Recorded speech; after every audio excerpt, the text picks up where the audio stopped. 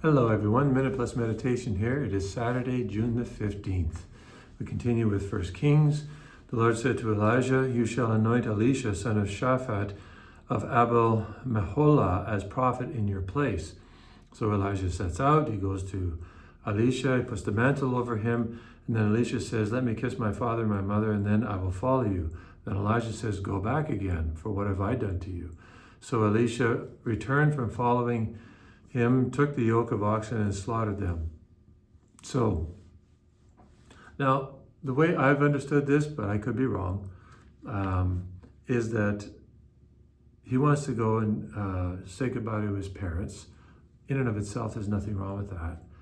And the way I understand this, although this is a translation, and again, I could be wrong, go back again, for what have I done to you? Like, the Lord's done this to you, you need an immediate response.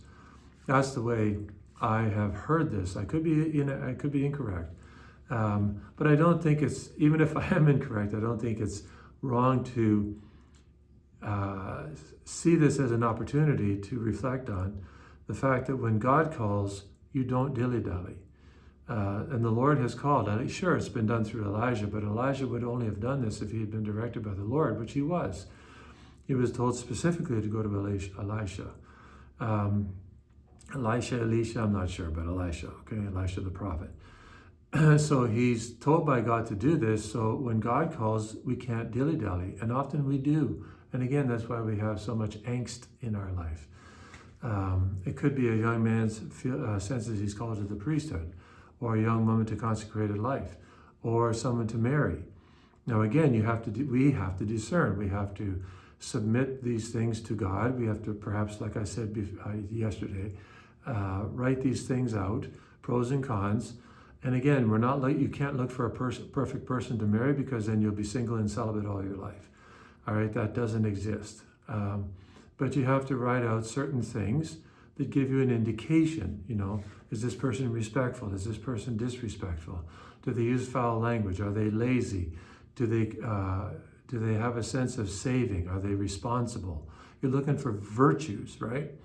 And are they willing to even wait, frankly, to have sex after marriage? Which means, number one, they should respect. That should be something you believe if you're single and you're looking for marriage in your life. But number two, it means they can sacrifice now for later. And if they can't do that, sacrifice now for later, then it's going to bite you and bite them at some point. Are they open to children, and so on and so on. So there's some practical questions that people need to ask. Is this girl hooked on pornography? Do they look at Instagram all the time? This is the stuff you should be discerning before you're married, right? Because it's going to come out after you're married. Why don't you discuss it before you're married? Sure, you can't know everything, but I think you can know enough. So the point is, again, I go back to the original point. When God calls, we shouldn't dilly-dally. We should get serious. And God calls us to make decisions. Okay, over to the gospel. Jesus said to his disciples, "You have heard that it was said to those of ancient times, 'You shall not swear falsely.'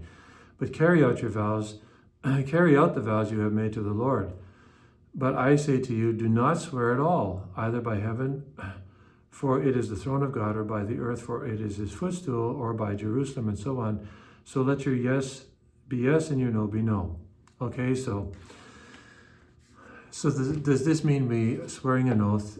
All oath swearing is wrong. Well, no, it doesn't mean that. And it's not to diminish what our Lord is saying. This has to be understood properly.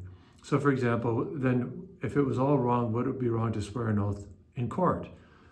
And it's not. Is it wrong? Remember, the sacraments themselves are oaths. O-A-T-H. They're oaths. That's what they are. We're swearing an oath when we receive a sacrament. So this is why the church insists that we have to be careful when we receive the Eucharist, that we're free of all mortal sin. And if you're oblivious as to what mortal sin is, you better start studying. You better start learning.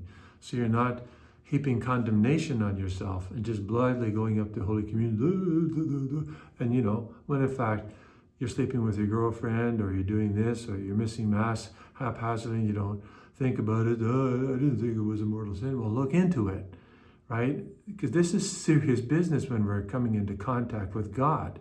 It doesn't matter what I think, Father Hamilton. It doesn't matter at all what I think. But it does matter what God says through the scriptures and through the teaching of the church, which I'm subject to as well as you.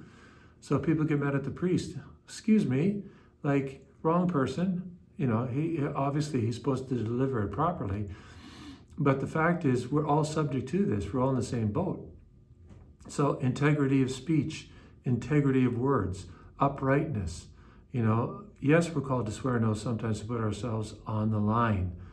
But not, you know, in the time of our Lord, the problem was they were swearing oaths for everything and they were breaking them all the time. So when we swear an oath, we have to be careful what we're doing, all right?